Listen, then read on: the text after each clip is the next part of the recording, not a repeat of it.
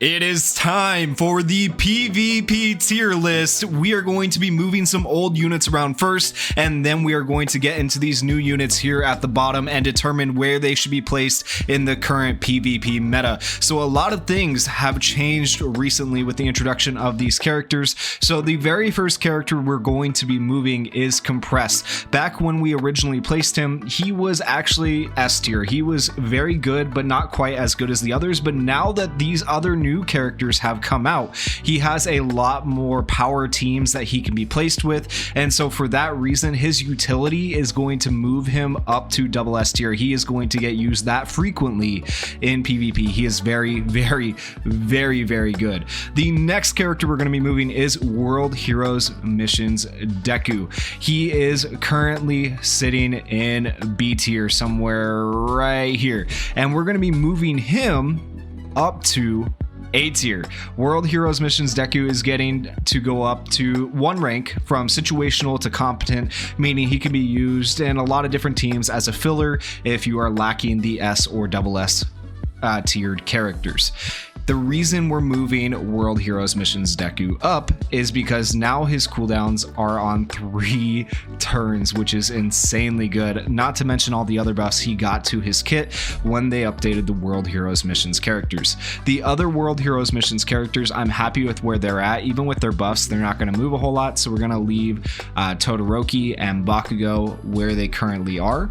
The next character we're going to be moving is Fantasy Todoroki, though. Fantasy Todoroki is up here in double S tier, so I guess you guys can figure out that he is going to be moving down. But how far is he going to be moving down and why? He is going to be moving down because he just gets messed up by Pierce nowadays. With the introduction of Fantasy Sue and all the Pierce characters and the attack alls, like his one barrier that he gives to the team isn't super helpful, right? So he's going to be moving down from double S tier down to S tier. I do think you're going to see him used quite a bit still. Well, maybe not all that much. You've seen him used a lot less recently in VE Tower, and so we're going to move him down, but I do think he is still a solid option for PvP, especially if you are lacking any of these double S tier characters. The final character we are going to be moving is another character in double S tier. It is going to be Fantasy Kaminari. Fantasy Kaminari is going to also be moving from double S tier down to S tier. He does have Pierce, he has an amazing health pool, and he does have a status element paralyzed counter, which is really good, right? But I feel like when it comes to his Pierce, it just takes too long to make use of his Pierce, and I feel like there's just better options. Like every time, if you have the choice between Fantasy Kaminari and Fantasy Sue, you're going to be choosing Fantasy Sue. So we're going to move him down here. I feel like Fantasy Kaminari is more on the level of Blue All Might, and I feel like that's fair to put them in the same tier. Now we move on to the new units. We're going to just kind of go in order here of how we have them placed, starting with Lady Nagant. Lady Nagant has increased speed, she has bullseye, she has hiding, she reduces the enemy speed, she has bind resistance, she has increased crit and crit impact, and she has 3 and 4 turn cooldowns. The biggest problem with her, the only problem with her, is that she has single targeted attacks, which makes it hard to use her in this current meta. Otherwise, she would be going in double S tier. So that means Lady Nagant goes into S tier, because I do think she is a solid option for PvP, just not quite double S tier and not quite as good as the other characters above her, but I would definitely put her on par with Kaminari, Todoroki, Dabi, all these other characters she's definitely on par with for PvP. The next character we're going to be placing is the new World Heroes Missions Deku and Rhodey. Deku and Rhodey have piercing shot, and they say screw your aggro. It does not matter if you have aggro. We're going to just have pierce, and we're going to target who we want anyways, because your aggro doesn't matter. The problem with them is they lack speed buffs or any really good buffs besides just removing aggro. They do have status ailments that kind of help them out. The status ailments can be useful, but at the same time, we have Nejire out now, the new Nejire who nullifies status ailments. We have the Deku who nullifies status ailments. We have Sue who nullifies status ailments. We have Jiro who nullifies status ailments. We have Uraraka who can nullify status ailments. So like the status ailments don't do a lot to save World Heroes Missions transitions, Deku and Rhodey. And for that reason, I think they're competent. I think they're okay because they are like the only character that can remove the aggro buff. We're going to put them into competent. We're going to put them into A tier. They could be a solid option, especially for like the lower ranks of V Tower, or if you're a newer player, it could be a good option for you to help you get around those tanks that are really, really annoying, right? The next character we're going to be placing is white-haired Shigaraki. White-haired Shigaraki has an attack all, so that's good, right? He is guaranteed to lower an opponent's defense by 30%, and that buff or debuff can't be negated or removed. He regenerates his own HP. He can nullify status elements to himself. He gains extra skill impact when he can nullify status elements, which is really good. He also gets piercing shots on his plus ultra when he can nullify status elements, and he has 4-turn cooldowns. All of those things are pretty solid, but he does lack speed, and he does lack plus ultra gauge raise, which can be big detriments to him. And so for that reason, we're going to put him into A tier here for PvP. I do think he is a competent character. He's good once again if you lack these meta or sub meta characters, but I don't think he's any better than any of these other A ranked characters for PvP. I think he's a solid option, just not the best option. The next character we're going to be placing is Starry Night Todoroki. He can do status elements. He gives resistance to frostbite and burn. He increases all allies' skill impact, speed, and defense after using the first 2 action skills, and he increases all int type characters' crit rate by 25%, and he gives all allies a barrier on his plus ultra.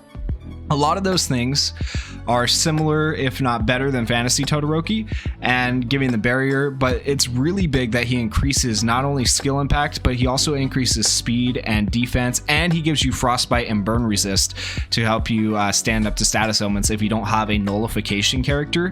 Like maybe you just weren't lucky enough to pull any of the characters that nullify status elements. This Todoroki is a solid option for you, and so for that reason, we're going to put Starry Night Todoroki up here in S tier next to Nagant, just because he does so many things and he has so much versatility, and I think he could be really useful. Now, the biggest problem I would say with Todoroki now is that he came off the back of some really big banners, like the anniversary banners and stuff like that, and I don't feel like many people pulled for him, or if people did pull for him, they didn't pull for extra copies of him, so most people aren't going to have a level 130 Starry Night Todoroki. But if you do have a level 130 Starry Night Todoroki, this could potentially be a very, very, very good choice for PvP. But even if you don't and you're in the lower ranks, let's say you get your Todoroki to level 100, I think that will suffice, and I do think he is still S rank even at level 100 in the lower ranks. The next character we're going to be placing is the free-to-play Redestro. He is the first villain tank, and I feel like that is enough said. He is, yeah, we've been crying for this for a very, very long time. We've been wanting a villain tank, and on paper, I'm going to tell you guys right now, he is the best tank in the game, even better than Fantasy Kaminari. The problem is we don't have him at level 100 yet, level 130. Some people are probably getting him to level 100 right about now, or they've just gotten him to level 100, and we'll get to see a little bit more of what he does. But even at level 80, people are struggling to get around Redestro and the damage that he can do and the defense that he brings to the team. And so for that reason, Redestro is going to go in double S tier. You guys might not have seen that coming, but he is actually very, very good. So if you guys are able to beat double S difficulty of Climax Battle, I highly recommend you do it so you can get this character that much faster. If you need help, I have put out a couple of double S tier difficulty videos for Climax Battle with different teams, different ideas for you that hopefully can help you guys figure out a way to beat Climax Battle on double S difficulty for the first time if you are still trying to do that. The next character we're going to be placing is the most recent release. It is Summer Najire. All of her abilities are attack alls. That is insane, right? That's really, really good. She gives crit resist and nullify status elements to your entire team. She gives herself impact and speed, skill impact and speed, as long as she's regenerating HP. and she increases the defense of all allies. Needless to say, Najire goes into double S tier, a very, very good PvP addition. She may not have ranked very high on the VE Tower tier list. Go check that out if you guys haven't checked that out yet. But here on the PvP tier list, she is a goddess. Very, very good. The final character is Green Mirio. He has yet to come out in the game, so this is kind of speculation on my part and the people who are top Ultra Arena players. I got them to help me. This is speculation on all of our parts, right?